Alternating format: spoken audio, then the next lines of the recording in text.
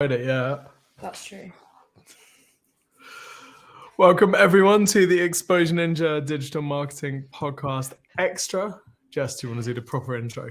I shall indeed. Welcome back to the podcast. Today we are going to be talking about some exciting stuff happening in the world of marketing, including Google's EEAT, whatever you are calling it at the moment, Google Analytics 4, some TikTok trends for 2023. We're chatting about this week's video, our brand of the week, our lesson of the week, and we will also be covering our question of the week. So lots of different things of the week. Very, very exciting.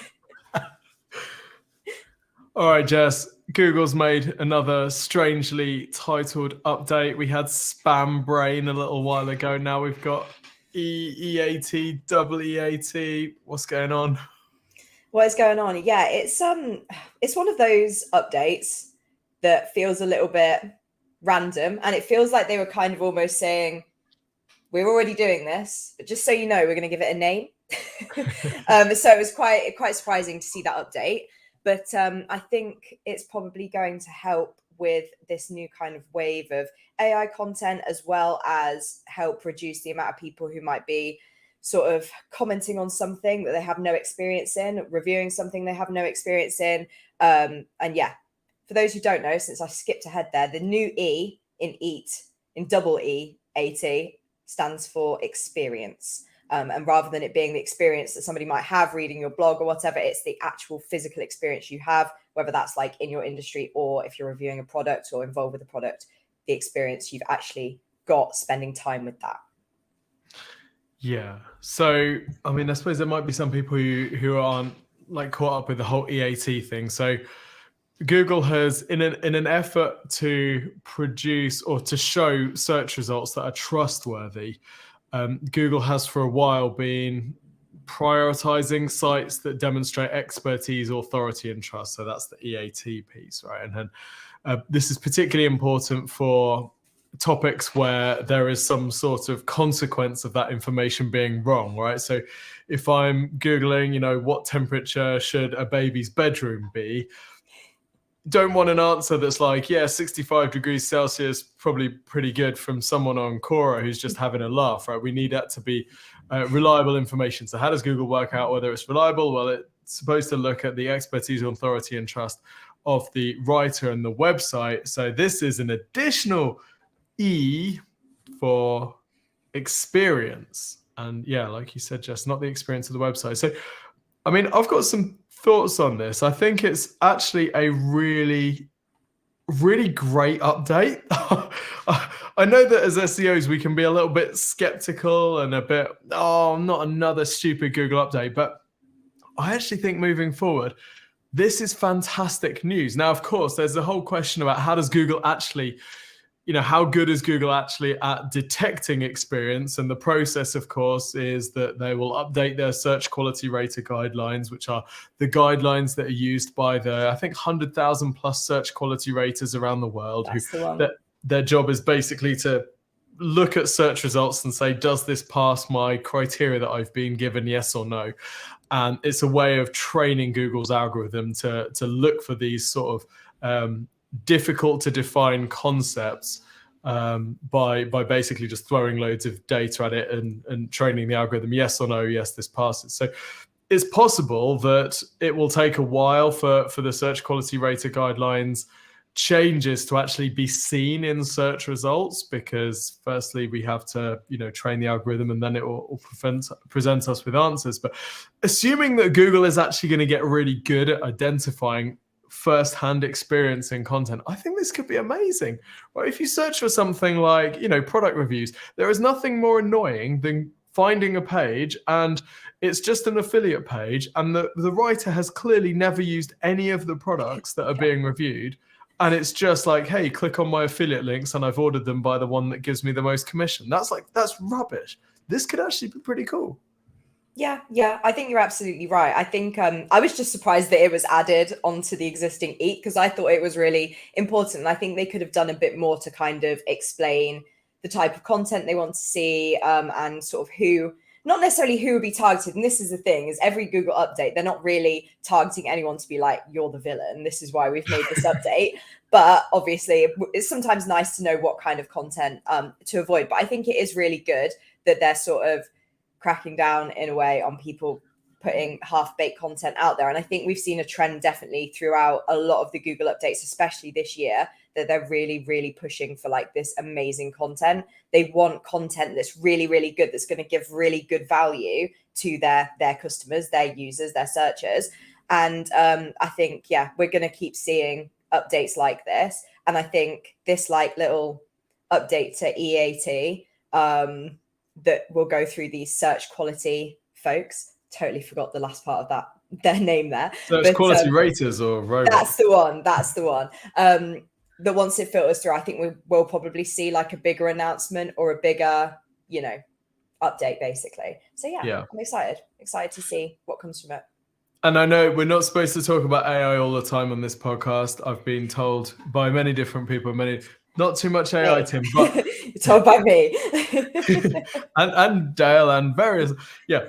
But I think this is more of Google's recognition that a potential sort of AI chatbot thing is a competitor for Google. So it needs to work on making the search results even better. We've had a comment from someone that says this update would be incredible for publishers who are actually putting in the work. And I think you're bang on there. This is absolutely incredible for those publishers who are making really good stuff. Like, how do we stay on the right side of this, right? If you're going to be working with content writers, a lot of people work with content writers. Like, we work with clients, and maybe we're writing a post about cosmetic surgery procedures. We might not have direct experience of that. So how does that business stay on the right side of this? Well, it's really important that we continue to talk to those businesses and get their first-hand experience, which we can bake into this post. If you're going to be writing about something that you have absolutely no experience of at all, like, a journalist might be writing about, the inner workings of a company that they've never worked in before, or they've never seen into, what they need to do is they need to make sure that their sources are cited. They need to make sure that people who have that first-hand experience are mentioned in the article, so there is some evidence of first-hand experience. But this shouldn't be too difficult to stay on the right side of, if you are if you're legit. Basically, this is a kick in the teeth for everyone that's just pumping out trash content, and for those of us who are committed to making the best, great. We want the trash to get kicked in the face, so I'm here for it. Completely. Like I said, Google are definitely pushing to support people who put the effort in and are doing the research and are putting out quality content, and to punish those people who are taking shortcuts, which I think is very important. Have to say, on the topic of Google, something that's a very hot topic at Exposure Ninja at the moment is the move to Google Analytics 4. And I think it's very, very easy over the past couple of years to say, oh, it's not going to be till 2023. Got a year, that's ages away. And now 2023 is like next week. So if you haven't already looked into setting up Google Analytics 4, or even had a glance at it, now is the time. Please, I beg of you personally, set up your Google Analytics 4 account, because it's not going to take any data over from Universal Analytics. So if you were thinking, oh, I can just hop over there in July, everything will be fine, it won't. You will have no data at all, and you'll be starting from scratch. If you haven't set it up already, I wrote a very, very detailed guide about how to set it up, which is in the description. It will be in the description of this live stream and in the podcast once it is uploaded. Anything to add, Tim? No, Bashir said in the comments that the GA4 is still a bit buggy. Don't you guys think so? I couldn't agree more.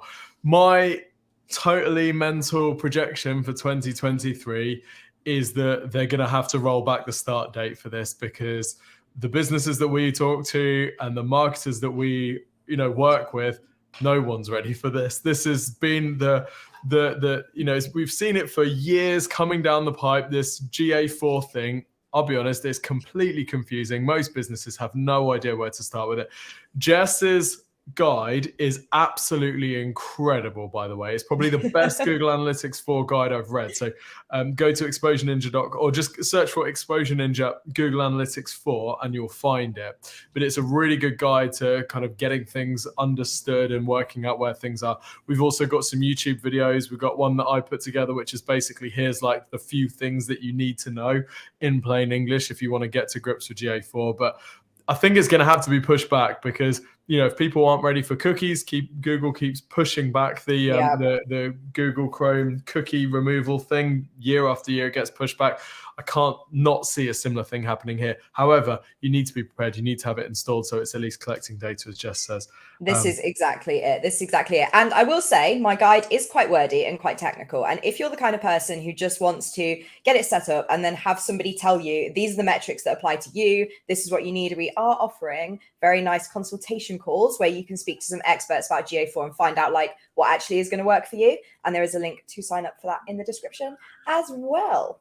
Yes, and one thing to add on that, some of our team have been doing some incredible work on GA4, including things like getting GA4 conversions tracking properly on Shopify, getting things like add to cart and you know, checkout process steps added as conversions in GA4, which is quite hard to do and actually wasn't available natively on Shopify. So we've built some solutions to fix this. So it's one of those things where GA4 takes a lot more setting up than Universal Analytics did. So it's well worth, whether you're doing it with us or anyone, well worth investing a bit of time and possibly money to get this thing set up correctly, because then you know you can trust your data.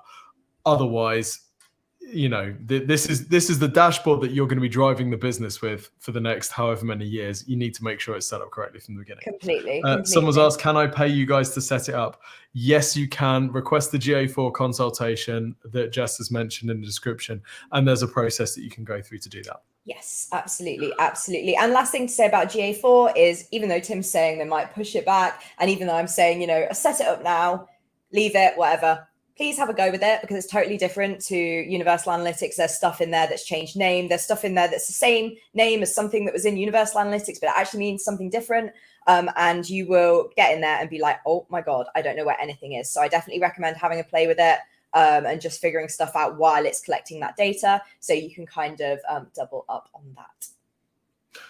Next piece of news, Jess, you shared some TikTok trends for 2023, which might be interesting to go through, not just for people that are interested in TikTok, I think, but also for people who want to know where consumer behavior is going, because I think a lot of these will influence other channels too. So what have you found? Absolutely, yeah. So this TikTok trends announcement actually came through their ads blog, which shows that it's specifically for businesses, you know, people that are already reading that blog who might want to run ads, but it's not technically ads related. So there's 3 trends that they have identified that they think are going to come up in 2023. Now, one thing I do want to say about it is that if they're saying that they expect these trends to happen and they're pushing them to businesses, they're probably going to be encouraging these trends a little bit, maybe boosting high quality content that kind of falls into these categories. I'm not going to go into huge depth about each one. There is a link to the announcement and everything in the description. But the trends that we are looking at are actionable entertainment, which is basically edutainment, kind of entertaining content that also teaches you something. Making space for joy, which is kind of just like spreading positivity, talking about burnout, talking about positive things within your industry, or just taking care of each other within your space. And then trend 3 is community built ideals, which is kind of has a little bit of a similar vibe to the actionable entertainment, but it's more about like having people in your who like your business and care about your business, who are excited and want to share about it. So it's almost like influence marketing, but not really. And it's kind of, yeah, they're all a little bit vague in a way, because obviously TikTok don't want to say it's going to be this exactly. But if you go have a read of them after this stream, please, after you've listened to this podcast, that would be fantastic. But one thing that I did want to say, if you're like, well, I don't even use TikTok, I don't even care. One thing to know is that TikTok trends reach across multiple platforms. Like I keep getting these adverts for YouTube Shorts while I'm on YouTube. I'm like, I'm already here, pals. It's fine. I know about it. But all the videos that they're using as examples of trends that have happened on YouTube in the past year all started on TikTok, which I think is quite entertaining. We see the same on Reels. We see these trends kind of grow and expand across all sorts of areas. So I think it's important to pay attention to TikTok trends, even if you're like, that isn't relevant to me because I don't use TikTok. Maybe your business uses Instagram, maybe your business uses YouTube, or maybe, you know, there's some way that you could transfer this into blog content. And that's another reason why I do like TikTok, because if you are a business that has that younger audience and are doing well on TikTok, one great thing about TikTok is you can put out loads and loads of content that can look, I'm not saying it needs to look rubbish, but I'm not saying that, but you can do it quite quickly, a lot faster than you could write a blog or, you know, put out a full YouTube video. And one thing you can do is kind of use that to test your ideas. And if something pops off on TikTok, it's likely that your audience will enjoy it on blogs, on longer videos. It's a good way to test the water if you're thinking of launching new products. So if you have that audience, I think it's a really, really good space to be using. And in combination with these trends, you could actually see some quite decent success on TikTok as a brand in 2023. Yes, couldn't agree more. I think there's TikTok is like the bleeding edge, isn't it, Jess? Like you're saying, TikTok is where stuff is sort of invented and then it feeds down into all the other areas. And I think we see with these trends, so actionable entertainment, edutainment, making space for joy, and community-built ideals. This is why most business content on most platforms fails, because those three could not be more alien to most business content. Yeah. It's like a completely different world. And 2023 is probably going to be the year when a good percentage of your customers, whoever you're selling to, whatever demographic you're selling to, spend a decent amount of time on TikTok. So this is what they are going to be consuming. This is what's going to become normal for them. It's these types of things. And if we as businesses are like, yeah, but we don't need to worry about that because we just write blogs. Well, guess what? Someone whose brain has been melted by spending 2 hours a day on TikTok, going through this the most addictive, highly entertaining content ever, and they come onto your blog and it's like a 5,000 word sludge fest. Well, they're not going to respond to that in the same way as before their brain was fundamentally altered by the dopamine hacking algorithm. So this is something that we all want to be on the right side of, whether or not we're posting on TikTok. So I think this is one of those things in marketing where it's more important than it seems, and it might look like, oh, this is happening over there, over the fence, but actually this is something that will feed into everything else, like Jess is saying. Yeah, 100%. Keep an eye on it because it's definitely worth following. Like I said, even if you're like, I don't feel like TikTok is a platform for me, maybe you're going to be the first person in your industry to break it and figure out how it works. So give it a go. Nothing to be scared of, nothing to lose. Other than having your brain melted. Potentially, yes. But, just try it, see. This week's video went live. It was, I know we're not talking about AI, but this was. We are a little bit, yeah. We can't avoid it. I was just like, Tim, we'll have to reel it in a little bit, but it's fine. Hey, I'll sure. Set the timer. We got 2 minutes. Go. If you haven't seen the video, basically, we got the AI to do some digital marketing tasks, and then I compared them with the work the team has done inside Exposure Ninja. So it's like AI versus marketer, and then we pitched our head of PPC, Nick Tuxford, who's an incredibly experienced marketer. We said, Nick, can you tell the difference between these two? And long story short, she could, but I think it was some of the stuff around that was quite interesting. And we could see a glimpse of where AI was going and how useful it could be to marketers. Jess, what did you think of it all? I thought it was interesting. And I was glad that the human element still came through because I think it's so important. I think a big takeaway for me was that all businesses should be focusing on content that their audience can relate to and the type of things that their audience are actually searching before they convert. So not necessarily, the example we used in the video was ergonomic desks, ergonomic office furniture. So sometimes people might not even know that that's the thing they need. And then by doing research, for instance, back pain, working from home, they will then realize, oh, okay, it's because I'm sat at my kitchen table or I'm sat in bed or, all these little things that they didn't even realize that was an issue. they're nearly there, but not quite at the solution yet. And I think we need to focus on that going forward. I think Google's going to be looking at that, and I just think that's what consumers are looking for. They want to have their questions answered, and yeah, I think that's the most important thing. But despite my views, I would like to know, Tim, how can businesses fit AI and these tools into their upcoming strategies for 2023 so that they don't get left behind, basically? Yeah, that's a good question.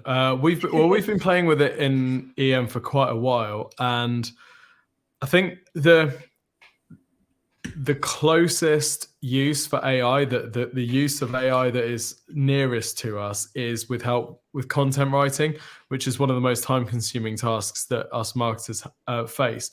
The danger, of course, is that all of these Google algorithm updates, including the most recent one, they're always talking about content written for humans by humans.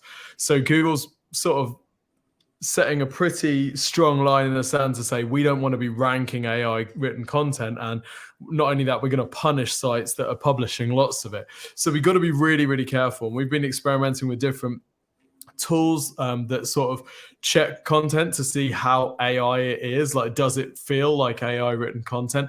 The tools are pretty unpredictable, right? So we sometimes will have AI written content that says, no, this isn't AI content, this is human content. And sometimes we'll have vice versa, where Luke, our head of CM, showed me an example today where he'd written a blog post. I put some of the paragraphs in and they were like, yes, this is AI generated content. I mean, much to unless there's something about Luke that we don't know. But so the tools are unpredictable. I think we've got to be really careful. Our internal guidelines for the teams at the moment are play with AI and use it as a sort of idea thing that you can bounce stuff off, but don't go writing or don't go publishing large chunks of AI generated content in case Google is really good at finding it. What we don't want to do is have a site penalized because it's publishing AI generated content.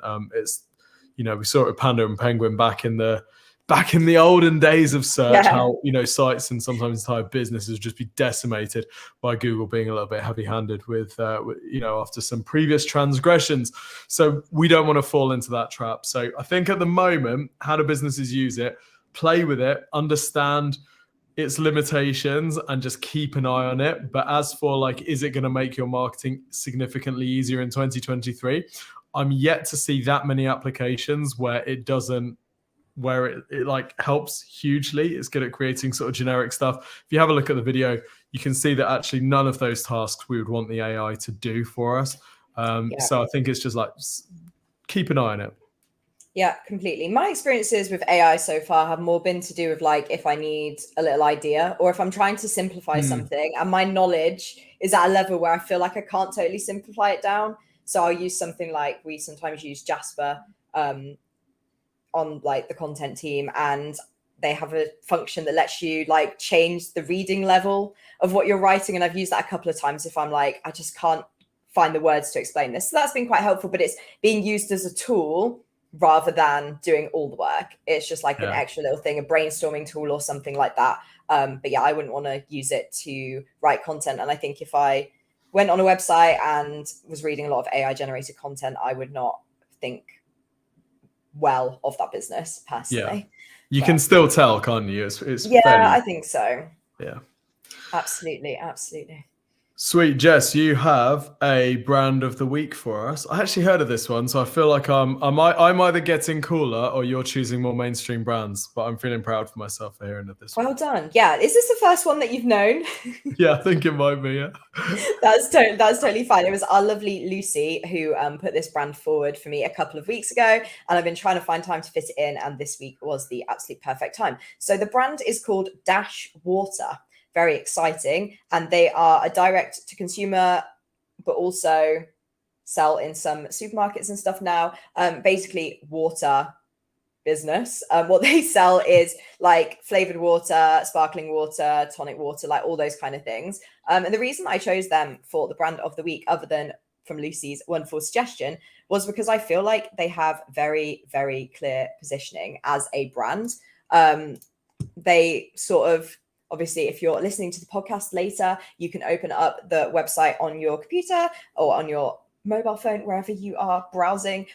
Dash and then -water.com. And basically, like I said, some of the reasons why I really like them is they go straight away. They're like dash to your door, no calories, no sugar, no sweetener. They're telling you 3 of the key selling points about this. And they also said, and no queuing in the supermarkets either. So they're still pushing that direct to consumer sort of business model, even though they're selling in supermarkets. And I think part of that might be because of the price. I think being in the supermarkets is almost to raise awareness and have them there just in case. And then maybe somebody will try one as a treat and be like, actually, I want to buy a whole box of those. And then they'll go, see if they can get it cheaper elsewhere. I expect that the website is cheaper. They're also offering at the moment like free delivery on all subscription orders, which is a really, really smart way to get people into that subscription cycle, while also offering them something in return. And they were also offering £20 vouchers if you refer a friend, which I just thought those are 2 things that I feel like I haven't seen so much. Like free delivery, yes,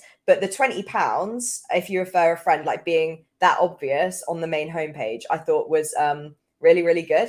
And I was quite impressed with that. They've also got just some nice stuff, like they've got their trust signals. And something that I very much enjoyed was that as you scroll down, they kind of have little nets to catch people who are unsure and who are sort of still scrolling to be like, I'm not sure if this is for me. Can I justify the price? And they drop in these things like, it's British spring water. They use wonky fruit that isn't beautiful enough for the supermarkets, that would have gone in the bin. And also, they reinforce that they don't have sugar, fake flavors, any of these things. So they've obviously got a very certain target demographic, which are people who are like conscious of the environment, who are conscious of their health. And I think they're making that very, very clear. And there is certified B Corp, which is very nice as well. So yeah, just thought their positioning was really good. Yeah. Completely. Yeah, it's a great example of a business that knows their audience, isn't it? Yes, absolutely. Absolutely. I find it really like selling wonky fruit as a benefit. Yeah. Like this is, we're saving the fruit from the bin and we're selling it to you. Like logically, that's not a benefit. That's a compromise, right? We're selling, we're using an ingredient that nobody else wants. So it's not on the surface, it's not a benefit, but they've got that association. It's got that association with, ecology and, no waste and all that type of stuff, where actually it is a benefit for the right audience. And that's really interesting. It's a little marketing hack. I love the refer a friend £20 as well. £20. Which to me suggests that their cost per acquisition is around £20. It must be for PPC. I was, when you know that you're ruined as a marketer is when you notice that someone sends you a cool new brand and the first thing you do is just slam their site into SEMrush. That's when you know that you're crazy. And I thought it was really interesting. They're running Google ads. They're running shopping ads only mostly for branded terms. And mostly the product that they're selling in these Google ads, the shopping ads, is the 96 can multi-pack. Wow. That's a lot of water, right? But that's a lot, yeah. It's like over £100 for 96 cans, which I'm probably reluctant to buy if it's my first purchase. But I thought it was interesting that that's what they were pitching the shopping ads. That sort of implies that their cost per acquisition through shopping is unprofitable for anything other than that, £100 plus sale, which would make sense if their cost per new customer is around £20. If I'm that business, I'm thinking, how can I get sales using organic traffic as much as possible next year? So they're not really ranking for much on search for things like, sparkling water drinks or sparkling water mail order, that not really ranking for much with that. They've got a TikTok presence, but they're not really doing a huge amount with it. They got some good ideas, but not getting much traction. So for me, this is one of those direct to consumer brands where they need to get that acquisition cost scalable. They need to have a really scalable way of getting new customers.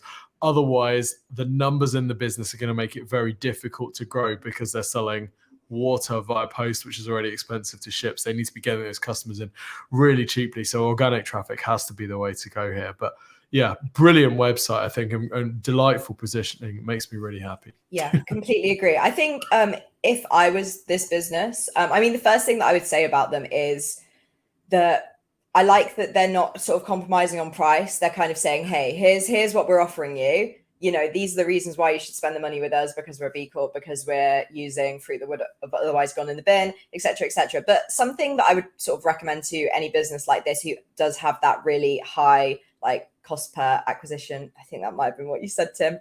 I'm getting all my CPA and CAC mixed up. But I noticed on the Instagram that they had pictures of like weddings and events. And I think this is a really, really great opportunity for them to be like, unique things for your wedding, unique. I mean, they're not super unique, but if I went to a wedding and there was a can of Dash water on the table, I would be pretty intrigued. It's something a bit different. It sort of is one of those like, yeah, you can use this with an alcoholic drink, or if you aren't that way inclined, you can just have it on its own. It feels a little bit fancy. Like, I definitely think that pushing for kind of events, pushing for like business fridges, that are like in businesses that do offer like drinks and stuff to their employees, and just all that kind of stuff. I think they could target a lot of different keywords, and they have the aesthetics and the general vibes to really like, if I was doing wedding research and I landed on their website, I might go, Dash water, that's a bit random, but the rest of the branding and everything fits that kind of vibe. I know I'm saying vibe a lot, and maybe everybody watching or listening is like, I have no idea what she means, but it's very pastel-y, it's very gentle, it's very sort of, here's a great experience, here's something a little bit special. So I think, if I was that business, that's the route I would go down for sure. And then in your wedding thank you cards, right, you send out your referral code, get £20 off for everyone who buys, and there you go, pay for your honeymoon or whatever. This is the thing. In Dash water, obviously, it's probably not that viable. It's not that scalable as a money-making opportunity, but someone will figure it out. Indeed, they will. Indeed, they will. Tim, what is your marketing lesson of the week? Okay, I really, really wanted to bring you another one here because I've just been looking through. It's always award season, Exposure Ninja, but I've just been looking through the data for one of the campaigns that we're entering for an award. It's for a bariatric company. It's like gastric bands and stuff. I think it might be the highest return on investment that I've ever seen at Exposure Ninja. So this business, they've spent $1,500 a month with us, $5K a month on ad spend. Total return in 2022, $10.4 million. For a total cost of 78K. So I can't wait to share the stuff behind the scenes of this, because it's freaking insane. It's one of those where you sort of shake your head and shake the screen just to make sure there's not been a mistake. But that's not today's lesson, because I don't have enough. I haven't done the award entry yet. But today's lesson is a bit more of a sort of a broader thing, right? So it's about opportunity and when you decide to strike and when you decide to hold back. There's this saying, Warren Buffett's famous saying, be fearful when others are greedy and be greedy when others are fearful. And people post this on Instagram and they go, yeah, that's smart. That's intelligent. Be fearful when others are greedy and greedy when others are fearful. Because of course, when everyone else is pulling back, if you can be aggressive, you can snap up market share and all that sorts of thing. And we saw it with COVID, right? As soon as we got into April, after the March lockdown, CPCs on Google dropped by something crazy, like 25% on average, right? And a lot of businesses just pulled back on their marketing spend. They're like, no way, we're not doing this. The ones who are really smart and who were greedy when others are fearful said, actually, do you know what? Our business is quite well positioned for this. We're going to push into it. And we had clients like this who are well set up for COVID, and they did really well in that time because their acquisition costs just dropped 25% immediately. We're in a similar sort of situation now where the economy around the world, every sort of economy is on the verge of, being called a recession. Lots of fear, lots of panic everywhere. There are some businesses that are really well set up for this time, and they have an offering which makes sense for a recession. They have an offering which maybe save customers money or whatever. It's really interesting for me to see these businesses and how many of them are not being greedy when others are fearful. They're being fearful when others are fearful, even if there is absolutely no justification. Because the reality is that when those around you are deciding to pull back on their marketing or be a little bit more cautious, it takes guts to say, do you know what? I believe in our product. I believe that we should push. So there's been 3 businesses in the last week that I've seen where if I was in charge of that, I'd be like slamming my foot to the floor saying, right, we're going super hard on this. And they haven't, because be greedy when others are fearful, be fearful when others are greedy is a lot easier as an Instagram quote than it is as a sort of life motto.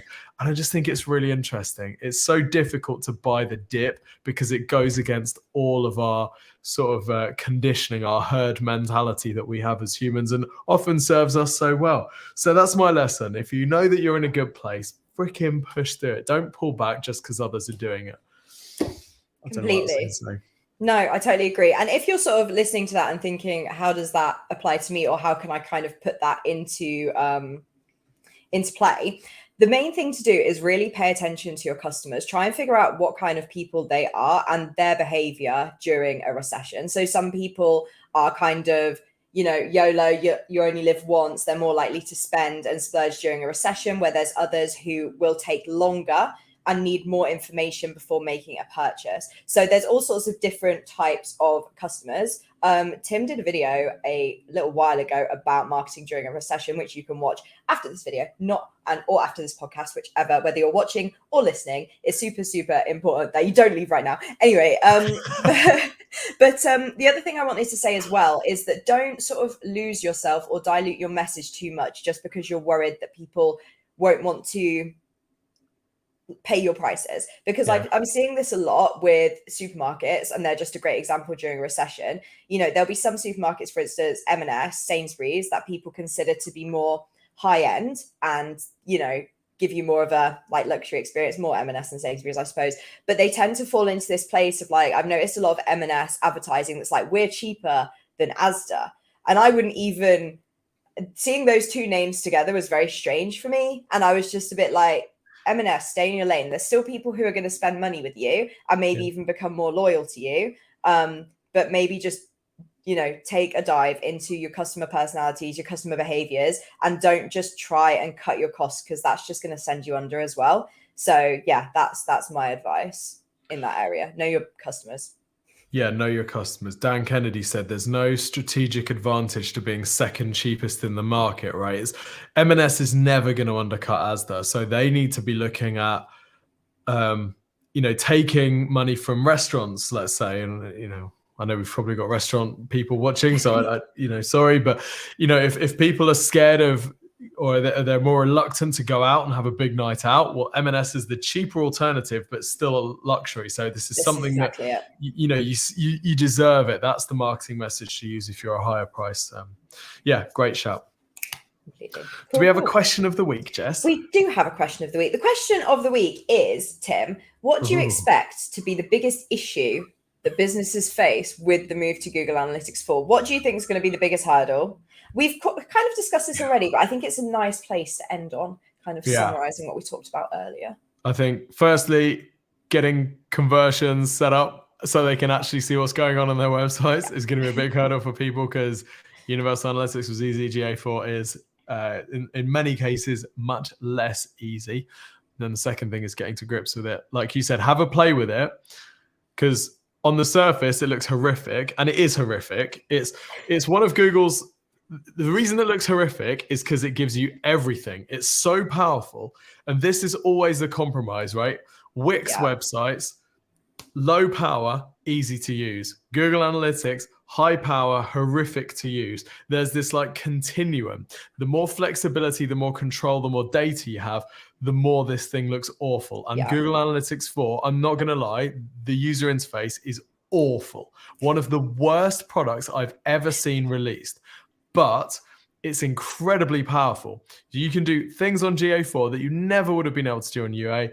You can get all sorts of insights that could be transformative to how you operate your digital marketing, but you've got to get to grips with it. And it's going to have a steep learning curve. I think there's going to be a lot of people that just say, right, forget it. Someone mentioned in the comments that they moved to a different analytics platform. And I think we'll see a lot of that. People just saying, I can't even, and they'll just go somewhere else. Yeah. 100%. I definitely found when I was writing my initial guide, because I wasn't as close to Google Analytics as other ninjas, I was like, I don't understand what people are complaining about. This seems very straightforward. And then when I started to work a lot more with Google Analytics, well, Universal Analytics, later this year, I was like, oh, I see now why people don't like this. So, I mean, there's a lot of benefits in terms of you can really look at the data that's important to you rather than having to look at like everything.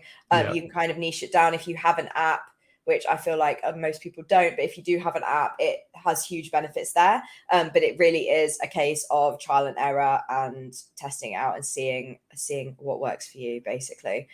So yeah, it's going to be a steep learning curve. I think Tim might be right in saying they might push it back, but pretend like it's definitely going to change in July and prepare just in case they still roll it out and just don't care. And they're just like, look, get on with it. Throw everybody in the deep end of the pool and hope for the best. Yeah, right. Do not rely on Tim's wild hunches to bail you out here. You're going to have to get to grips with it at some point. So. Yeah. And it really is a case of, set it up now so that you can get on with stuff. Tim, I noticed you've just noticed a comment, and I've noticed a couple of these throughout where quite a few people are saying that they are looking at third-party options because GA4 is just causing them so much trouble, which is quite shocking, really. That there isn't enough resources out there from Google themselves it's just not good. I think there's, I think there's an argument to be made that this is one of the worst business moves in history, right? Google had total domination of the analytics market. There are some businesses that can't use Google. They had the ball at the goal line. All they needed to do was improve the analytics product and work out how to port everyone over. And they've just thrown a massive steaming lump of garbage at everyone and said, figure it out for yourselves. And they're losing market share, and it breaks my heart. This is the thing. This is the thing. And one last question of the day. Is GA4 worth learning if people are leaving? No, don't. I would say, no, that was wrong. That was absolutely the wrong answer. Completely. Yes. It is worth learning. My brain had an absolute backflip. What I meant was don't learn Universal Analytics now. If you're just getting into analytics. What I mean is do absolutely learn GA4, because once you're in and you get it. And it's very easy to use after that. So it is just a case of persevering with it and figuring out what works for you. I think you will find stuff in there that you way prefer over Universal Analytics. But yes, definitely do learn it. Yeah. It's the key takeaway. This is going to be, I think by the time we come around to July, this will just be like a sort of therapy, group therapy for businesses and marketers who feel traumatized by GA and various Google products, user interfaces. Howard asks, what's the best GA4 alternative? We're not going down that route. GA4 is actually sick. It just looks horrible. Yes. And if you're confused, as I said earlier in the stream, but if you're only just joining, if you check the description down below, whether you're on YouTube or whether you're listening to this podcast on catch up, there is indeed a guide that I wrote about GA4. I shouldn't really have said that I wrote it. That sounds like I'm only driving you there because I wrote it. But regardless, a lot of people have told me it's good. So, it's incredible, Jess. So have a look. That'll teach you everything about how to set it up, what's changed with the metrics, what's changed name to be something totally different, and all this crazy chaos. Tim also created a video about GA4, sort of going over some of the basic but most important metrics that you will need to track as a business, which you can find on our YouTube channel once we finished this podcast. And finally, if you want somebody to help you with GA4 and you need a consultation, head to the description. There is a link to sign up for some consultation calls there as well. We really want to help you because we know GA4 looks like it sucks right now, and it doesn't. It just looks from the outside like it sucks. And if you start now, then you're going to be off to a way better start. And if you've only just joined the stream, all links that we've talked about today are in the description. So go and get that consultation. We'll be able to talk you through what's going on with GA4 for your business. We'll help you figure it out. If you've got crazy setups or you need some, server-side stuff, then we can talk through that as well and get you set up if you need to. Well worth doing. Give yourself an early Christmas present and get your business sorted with GA4. It can gather data all over Christmas when you don't even need to think about it. Do it, please. If you do anything after the stream, so GA4. Super important. It doesn't take as long as you would think. So go set that up, please. Else you'll have a bad Christmas if you don't. It's a threat that I'm putting upon you. Oh, there we go. Was that a threat? I think that was a threat. So on that note, thank you everyone for tuning in. And we will see you. Jess, we're back in the new year, aren't we? We are indeed. I'm not sure if it's the first week of January or the week after. It depends how wild we're feeling. If we feel like living close to the edge, we might do a stream on the 3rd, but I highly doubt it. So it'll probably be the week after. See you everyone. Have a lovely break. See ya.